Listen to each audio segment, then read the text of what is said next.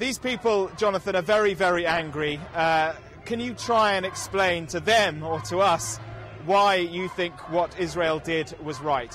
Well, firstly, Mark, thank you for having us on the programme. And what I would say is that Israel understands very much the concerns of people who looked at the events that happened, and like the State of Israel, they lament the unfortunate deaths that took place. But it's very important to realise that Israel acts in its self-security interests, and it needs to protect itself from weaponry being brought into the Gaza Strip. These people were on a humanitarian mission, though.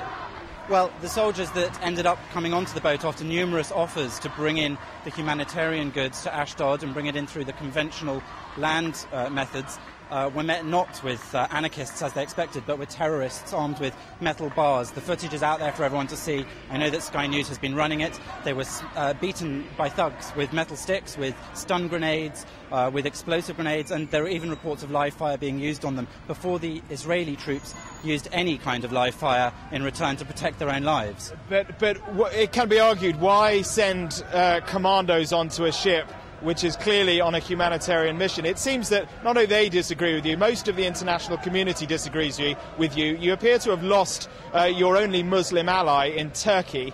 This doesn't look good.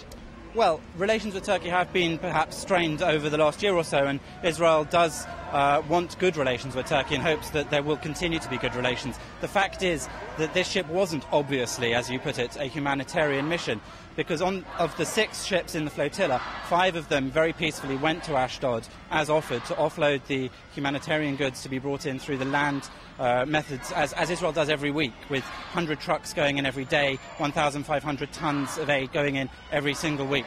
And it's a fact that the people on this particular boat resisted all urges not to go and break the naval blockade. When you break an existing naval blockade under international law, you can expect for the Navy implementing that blockade to intervene. They tried to do so in the softest and most gentle possible way, and that's why the troops that boarded the ships had only paintball guns, and for half an hour, while they were being beaten on the deck of that ship, they were instructed not to use any live ammunition. It's only when these sorts of thugs used that ammunition against them that they had to defend their own lives and make sure that this didn't escalate into an even worse situation. So, of course, Israel understands the upset and the terrible tragedy of these unfortunate injuries and deaths. But unfortunately, it wasn't Israel that invited this aggression. It was Israel that responded to aggression. The humanitarian aid people do not carry axes. They carry humanitarian aid.